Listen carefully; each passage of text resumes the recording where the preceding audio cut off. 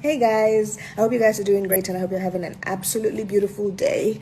I just wanted to address something real quick. I mean, on a normal day, I wouldn't come out to say anything, but there are one or two very important facts that I need to share with you guys. Firstly, I was never, ever a personal assistant to Mr. Churchill. I mean, he did have a personal assistant, but her name was never Rosalind Meurer. Secondly, I, Rosalind Mura, have never, ever been friends with any of Mr. Churchill's exes, not to talk of being best friends with any of them. I have never met any of his exes except one, which was, merely an acquaintance.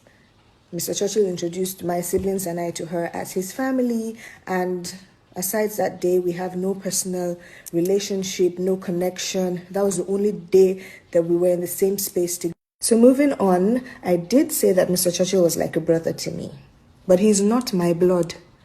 My mother didn't give birth to him. Mr. Churchill and I, we don't share the same father. That statement, he is like a brother to me, simply meant he is family. Mr. Churchill has always been there for my family and I, and he has always been that way. I mean, was I ever attracted to him or have I ever looked at him in any other way? No. Was he ever attracted to me? Who knows? But I mean, that's not something I have control over. I was in a relationship. I was happy. A relationship that went sour due to the banter online when some accusations were made. I mean, did I kill myself? No. I moved on. Life goes on. Mr. Churchill's failed marriage has nothing, absolutely nothing to do with me. The same way you guys read and heard online that I was the reason for his broken marriage was the same way I read and heard online that I was the reason for his broken marriage. Before then, I never knew that the relationship I had with him before he got married was a problem after he got married. I didn't get the memo. No one confronted me. I was never aware of any of such.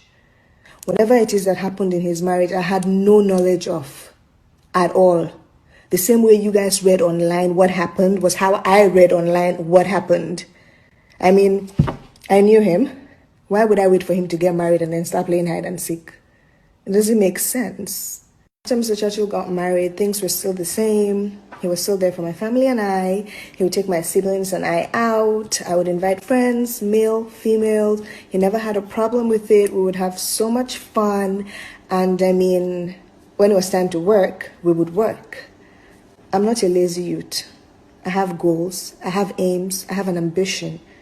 I have things that I want to achieve in life. Mr. Churchill made that possible for me. He exposed me to a lot of opportunities and I am forever grateful. So when it came to work, it was always work. You would see us places, and that's because throughout me going around with him, his foundation and other stuff, I was learning in the process. It had nothing to do with intimacy. It had nothing to do with me following him because I liked him. I did like him, but like I said, like a brother, family.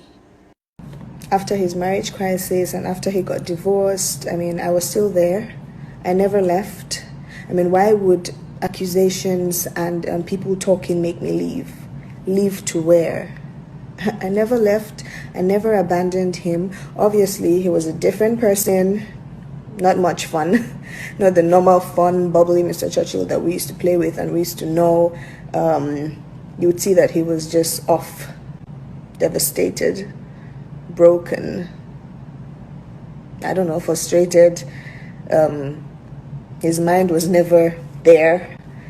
Obviously, you could tell that he had stuff on his mind, but it was what it was. Gradually, days passed, months passed, years passed. Life took its course. Destiny happened. So, what I was accused of became my reality and my fate. What would be would be. You cannot change it. You cannot force it. I am not God. It just happened. I let God's will take place in my life. I never forced myself on him. It just happened that he became more than a brother. He became a lifetime partner. And I just really needed you guys to hear this. Every malam with his kettle. One man's curse is another man's blessing. Life happens.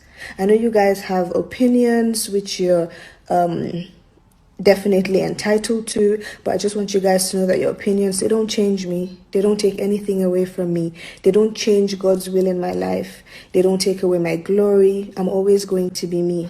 So you guys just remain positive. Your own blessings and happiness will definitely locate you guys. I love you guys regardless. Stay blessed and have a beautiful day.